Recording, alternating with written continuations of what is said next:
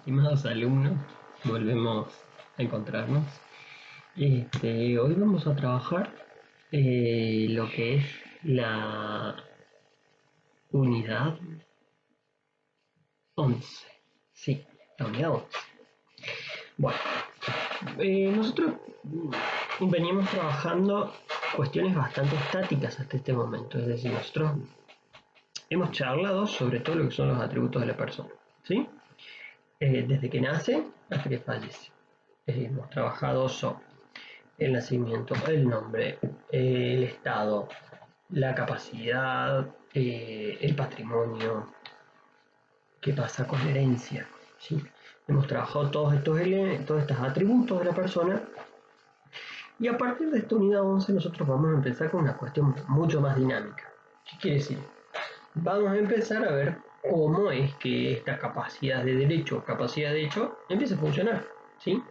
Y cuáles son los elementos que vamos a analizar, cómo lo vamos a analizar, ¿sí?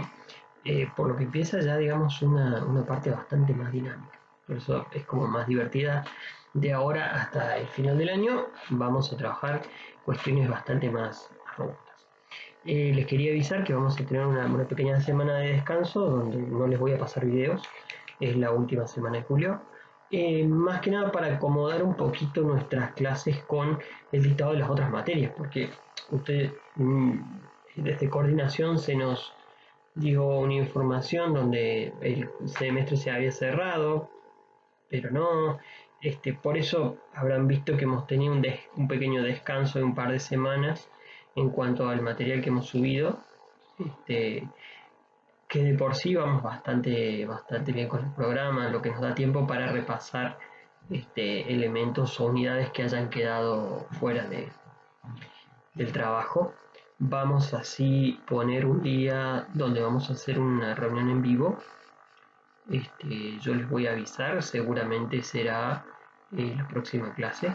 Vamos a hacer una clase de consulta, no obstante, si el material les implica algún elemento que no haya quedado claro, me van a contar ustedes.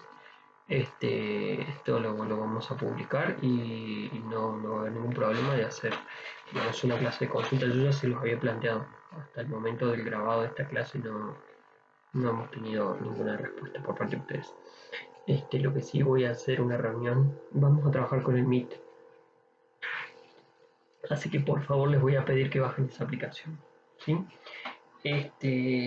Vamos a poner una fecha para que y un horario donde todos se puedan conectar. Lo vamos a publicar como lo venimos haciendo en el Classroom. De todas maneras, quizás lo mando su mail para que estén todos informados sobre la clase de consulta, para que evacuar cualquier duda de en vivo. Lo vamos a hacer. No estamos trabajando con el WhatsApp, entonces para no llenarnos de información en ese sentido y sí podemos trabajar con el Classroom.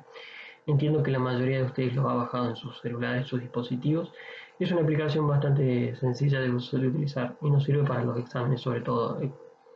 Ustedes tengan en cuenta, chicos, que los exámenes ya viene el primer parcial. Son una instancia de aprendizaje para ustedes, por lo que si no les va bien, no se desanimen. Hay oportunidad de poder recuperarlo. Tenemos 2 exámenes más que lo vamos a hacer. El segundo parcial se ha achicado en unidades, por suerte. Lo vamos a hacer de la misma manera, entiendo. No veo por el momento que la situación cambie. Podemos tener nosotros clases presenciales, por lo que vamos a tratar de trabajar un poquito con el Meet para poder hacer un poquito más presencial la clase y poder darles la oportunidad de expresarse. Quizá no tengan tiempo para escribir un mail y bueno, la idea es hacer una clase de consulta antes del parcial, que siempre es importante porque es el momento en que ustedes ya se han puesto un poquito más al día, ¿sí? Bueno, volviendo a nuestra unidad, vamos a empezar a trabajar lo que son los hechos y los actos jurídicos. El 257 del Código Civil Comercial les va a decir que el hecho jurídico es el acontecimiento que, conforme al ordenamiento jurídico, produce el nacimiento, modificación o extinción de relaciones o situaciones jurídicas. Eh, Hay que tener en cuenta que la aplicación de la ley en el tiempo es sobre la relación jurídica que se entiende como el vínculo existente, voluntario y elevado por la ley, que genera obligaciones y derechos correlativos entre las partes. Se trata de un concepto dinámico que se aprecia claramente en los contratos, un ejemplo bastante fácil. No obstante, también hay hechos jurídicos que pueden apreciarse derivados del derecho real, es decir, de la explotación real de la cosa, como las actividades que generamos nosotros en los inmuebles. Por ejemplo, si deriva un uso del derecho, vamos a tener una relación jurídica, es decir, va a haber un nacimiento de una situación jurídica por un hecho jurídico que ha producido la modificación de los derechos. La situación jurídica de la cosa supone un concepto estático ligado a un cierto estatus en que alguien se encuentra y que lo faculta a ejercer determinadas prerrogativas, es decir, a ejercer determinados derechos subjetivos. Los vínculos jurídicos tienen que ver con la relación que existe entre distintas partes, ¿sí? De ahí nosotros podemos relacionar que podemos tener hechos simples y hechos jurídicos, ¿sí? En cuanto hay distintas clasificaciones, hay distintos autores que realizan clasificaciones, la mayoría tienen los mismos, trabajen con Jambier, les voy a pedir. Nosotros vamos a tener hechos naturales y hechos humanos. Los primeros van a ser acontecimientos, obviamente, donde no tenga participación voluntaria el hombre, por ejemplo, la caída de un rayo, el incendio o, por ejemplo, un granizo, son hechos naturales y no hay intervención voluntaria del hombre. No obstante, pueden ser jurídicos. ¿Por qué? Porque si nosotros tenemos un rayo que cae sobre una casa y produce un incendio, se va a activar si teníamos un seguro contra incendios, es decir, la compañía aseguradora va a pagar una indemnización. Ese es un hecho jurídico humano, no humano, digamos, natural, a diferencia de los humanos, donde sí hay una participación de un humano. Actúa con voluntad, como la celebración de un contrato, como el reconocimiento de una deuda, eso es un hecho jurídico humano, que en realidad se van a mezclar con los actos jurídicos, ¿sí? Ahora podemos señalar un hecho jurídico humano cuando no hay una celebración de un contrato, por ejemplo, cuando yo arrojo una piedra y esta piedra lamentablemente viaja por toda la cuadra y golpea un auto y lo rompe. Acá hay un hecho jurídico, se ha producido, digamos, una cuestión jurídica. Yo no he tenido la voluntad de crear esa relación jurídica, he tenido la voluntad de tirar la piedra y he menospreciado. ¿Sí? Esto va a recaer dentro de lo que son actos ilícitos también, ¿sí? Y eso nos da pie para la clasificación de los actos lícitos e ilícitos. El ilícito es el acto que está reprobado por la ley y el lícito aquel que está permitido por la ley. El artículo 19 de la Constitución Nacional nos dice todo lo que nos da el principio de reserva, es decir, las acciones privadas de los hombres se encuentran exentas de la voluntad exento del análisis si no va a contrariar la moral y la ley, las buenas costumbres y el orden, ¿sí? Solo quedan para el hombre y no estamos obligados a hacer lo que la ley no manda ni privado de lo que ella prohíbe. En términos de la teoría general de los actos voluntarios, nosotros es lo que vamos a trabajar puntualmente dentro de la teoría. Hay una diferencia entre los actos jurídicos, son estos hechos jurídicos que son realizados por la voluntad del hombre. ¿Hay una diferencia entre el hecho jurídico y el acto jurídico? Sí, hay una diferencia en cuanto a que el mismo elemento que ingresa es el hombre, ¿sí? Con la voluntariedad. Ahora, ¿puede existir un acto que sea simple, un simple acto? Sí, también puede existir un simple acto del hombre que no constituye un acto jurídico. ¿Por qué? Porque no implica consecuencias jurídicas, como por ejemplo caminar, afeitarse, bañarse, peinarse, no tiene una consecuencia jurídica, ¿sí? Caminar por la calle no tiene una consecuencia jurídica. Ahora me podrán decir en tiempos de cuarentena, caminar por la calle cuando no está permitido, sí va a tener una consecuencia, sí, pero en ese caso sería un acto jurídico, porque produce una consecuencia jurídica. ¿Cuál sería la consecuencia jurídica? Un acto ilícito. No está permitido por la ley, no está permitido por el orden, por la regulación del COE. En estos tiempos hay que trabajar sobre esas distintas cuestiones también dentro de los ejemplos. ¿Sí? Quien vea esta clase el año que viene y ya no estemos en cuarentena, como todos pensamos, va a decir qué ejemplo está dando el profe tan raro. Bueno, estamos en una situación bastante excepcional y rara hoy. El punto 2 nos habla de la teoría de los actos voluntarios. Acá nosotros tenemos que trabajar sobre lo que son las condiciones internas y las condiciones externas. En este sentido, esto es una creación, la teoría del acto voluntario, esto es una creación que tiene que ver con el análisis del acto que supone a una persona. El 260 del Código Civil y Comercial les va a decir, el acto voluntario es el ejecutado con discernimiento, intención y libertad, que se manifiesta en un hecho exterior. Esta última parte pertenece a los elementos externos, ¿sí? Los tres primeros, intención, discernimiento y libertad, son los tres elementos internos del acto voluntario. La manifestación de la voluntad, es decir, es la cuestión externa, el elemento interno y el elemento externo, ¿sí? Ahora, el discernimiento supone la capacidad del sujeto de poder determinar lo que es bueno y lo que es malo, es decir, el bien y el mal. Es esa cuestión donde nosotros podemos analizar esa realidad y determinar con no repetir la palabra, nuestro intelecto, si está bien y si está mal. Hay hechos que suprimen este discernimiento, son principalmente dos. La minoridad, que son los sujetos que no han alcanzado la edad suficiente para determinar lo que está bien y lo que está mal, y la sanidad mental, es decir, la salud mental del sujeto. Ya sea que el sujeto se vea impedido transitoriamente de poder determinar lo que está bien y lo que está mal, o que no pueda expresarse sobre su discernimiento, es decir, pueda voluntariamente determinar si está bien o está mal, ¿sí? Esas son las condiciones que suprimen este discernimiento, ¿sí? Las causas o hechos que suprimen. Siempre nosotros vamos a trabajar, cuando hablemos de los elementos internos, lo que va a suprimirlo, ¿sí? Primero tenemos, en este caso, el discernimiento. El segundo es la intención, la soberanía del querer, el propósito que lleva al sujeto al accionar, es decir, nuestro sentimiento que va a llevar adelante o va a proponer o a producir o a ser el motor de este acto jurídico, la intención, ¿sí? Esa soberanía del querer va a poder ser suprimida por dos hechos, dos vicios. Después vamos a trabajarlo como vicios para que ustedes vayan entendiendo. El engaño y el error, ¿sí? El dolo y el error. Engaño, ¿sí? Una persona que es engañada ve que su interior, su soberanía del querer, no lleva adelante y es suprimida. El error, ya sea de hecho y de derecho, también suprimen esta intención. Después vamos a tener la libertad. La libertad es la posibilidad del sujeto que tiene de elegir si va a proceder a producir este acto jurídico o no, es decir, la autonomía que tiene el sujeto para decidir.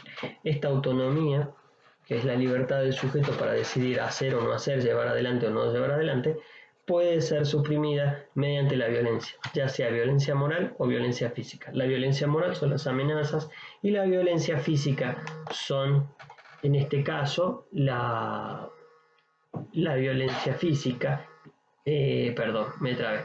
La violencia física, en este caso, perdón, el profe tuvo un pequeño lapsus. Cuando hablamos de violencia física, estamos hablando, obviamente, de una cuestión donde el sujeto se ve impedido por el accionar de otro sujeto. Es decir, cuando le sujetan la mano para firmar, lo obligan de alguna manera a realizar el acto jurídico. De esa manera nosotros tenemos violencia física. La violencia moral es la amenaza. Siempre la violencia moral tiene que ser de alguna manera grave, que no podamos resistirla para que se constituya en violencia moral, ¿sí? Y también la violencia física tiene que ser irresistible. No podemos plantearnos que un niño de 8 años nos esté ejerciendo violencia física a nosotros para realizar un acto jurídico. ¿Se entiende? Tiene determinados requisitos y eso lo vamos a trabajar cuando veamos específicamente cada uno de los hechos que suprimen estos elementos internos. Entonces nosotros ya tenemos los tres elementos internos, ¿sí? Intención, discernimiento y libertad. Eso se lo tienen que grabar, chicos, a fuego. Se lo graban a fuego, ¿sí? Bueno, y ahí hemos terminado los hechos que las afectan. Esto es el punto 2.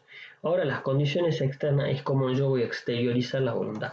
¿Por qué eran necesarias las condiciones externas? Porque nosotros, si ustedes piensan a nivel de ejemplos cotidianos, yo necesito siempre poder exteriorizar mi voluntad, poder decir lo que estoy haciendo, poder expresarlo de alguna manera. Y ahí es donde entran estas cuestiones externas de cómo yo voy a exteriorizar mi voluntad. Porque si nos ponemos nosotros o nos sentamos nosotros a tratar de explicarle a una persona sin hablar o sin hacer gestos, difícilmente esta persona nos puede entender. Por eso también dice, siempre es necesaria la voluntad. El 262 nos dice, los actos pueden exteriorizarse oralmente, por escrito o por signos inequívocos o por la ejecución de un hecho material. En esta última parte del artículo dicen muchos autores que se hace mención a la supuesta manifestación tácita de la voluntad, que es la que resulta de la ejecución del agente de determinada conducta, que va a permitir que nosotros podamos indagar con certidumbre la existencia de la voluntad del acto que lo quiere realizar. Esa manifestación tácita carece de eficacia cuando la ley de la convención nos explica que tiene que ser de manera expresa, ¿sí? El artículo 263 nos habla del silencio. Dice que el silencio opuesto a actos o una interrogación nunca va a ser considerado manifestación de voluntad, excepto en los casos que haya un deber de expedirse que puede resultar de la ley, de la voluntad de las partes o de los usos y costumbres. En ese caso, la ley le asigna al silencio una manifestación de voluntad. Por ejemplo, el supuesto que haya una obligación de explicarse por la ley. Citado en juicio, si guarda silencio, con su actitud que nos determine que nosotros podamos inferir que lo ha reconocido algún instrumento, por ejemplo. En el caso de despedirse en las relaciones de familia, también el silencio, cuando es indagado, la ley presume que puede existir o puede confirmar esta relación de familia. En el caso de que haya una obligación de explicarse por una causa en el silencio actual y las actuaciones anteriores, confirió el poder a una persona para que adquiera suma de dinero y el mandatario lo hace, lo notifica y este sujeto no le dice nada, puede realizarlo, ¿sí?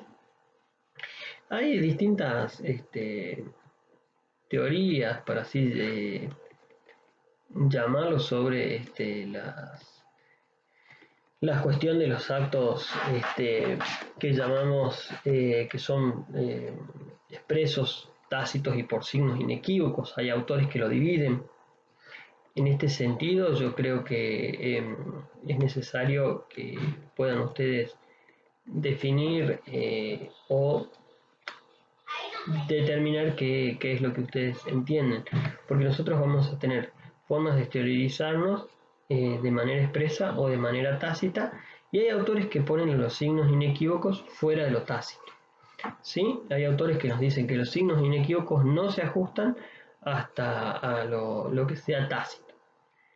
En ese sentido es discutible, porque dicen que los signos inequívocos tienen que ver con situaciones anteriores, ¿sí? Por ejemplo, la pregunta, ¿quién quiere aprobar esta materia? Levante la mano, levantan la mano. Ese es un signo inequívoco para algunos autores, que no es tácito y que no es silencio, ¿sí?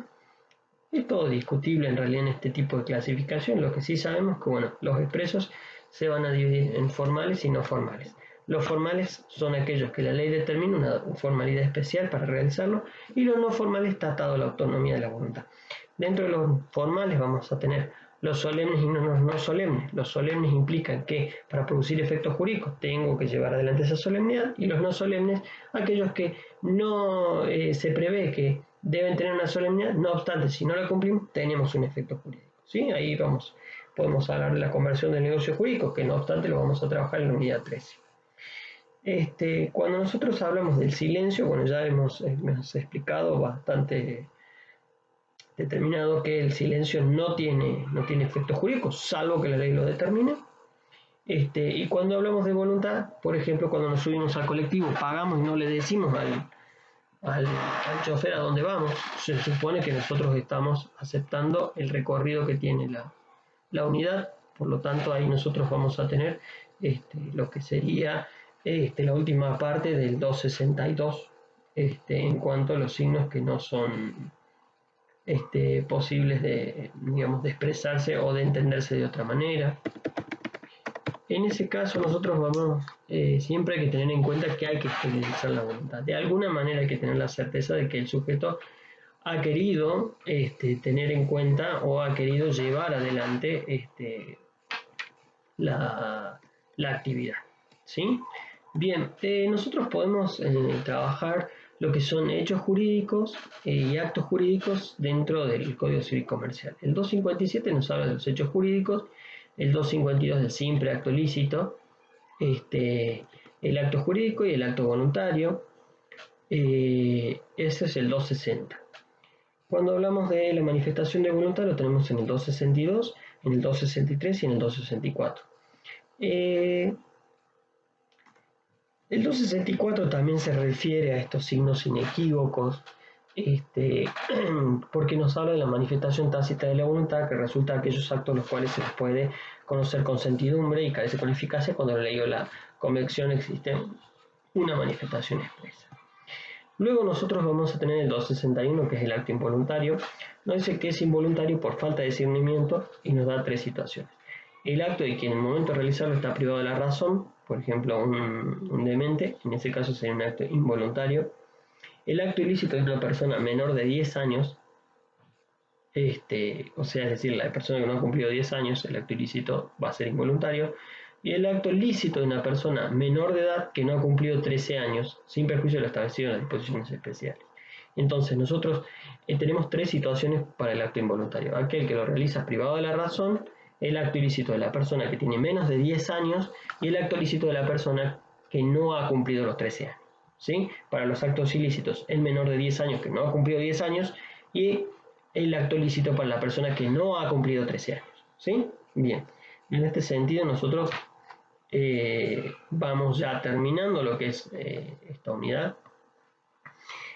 Acá lo vamos a dividir, vamos a frenar un poquito la clase porque las primeras dos unidades se corresponden y después vamos a proseguir con la unidad 3, el punto 3 de esta unidad 11 y el punto 4 en la próxima clase, así no se les hace tan pesado porque realmente esta parte de la teoría del acto voluntario es para tenerla bastante a mano y trabajarla con paciencia.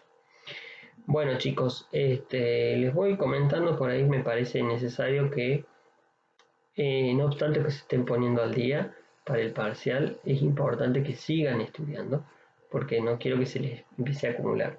¿Por qué quiero decirles esto? Porque nosotros tenemos una fecha de entrega de las notas, ¿sí? Por lo que el primer parcial y el segundo parcial van a estar bastante juntos porque no son tan fáciles.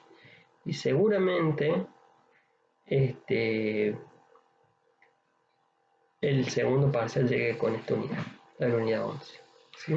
Para que a nosotros nos queden 5 unidades en el próximo parcial, por lo que seguramente el segundo parcial va a ser a mitad de septiembre, ¿sí? Seguramente a fines de septiembre, ya antes de lo que sería la fiesta de los estudiantes, vamos a tener el segundo parcial, ¿sí? Así acomodamos un poquito las evaluaciones. Tengan en cuenta que yo he sido bastante permisivo en cuanto a los prácticos, les he dado prácticos las primeras 4 unidades y después ya no les he dado más para que ustedes tengan tiempo para ponerse al día. Así que bien, estimados, con esto terminamos esta unidad 11 para que ustedes puedan trabajarla de manera separada, ¿sí? La próxima entrega vamos a tener el resto de la unidad 11. Así que siempre es un placer estar con ustedes y conectarnos.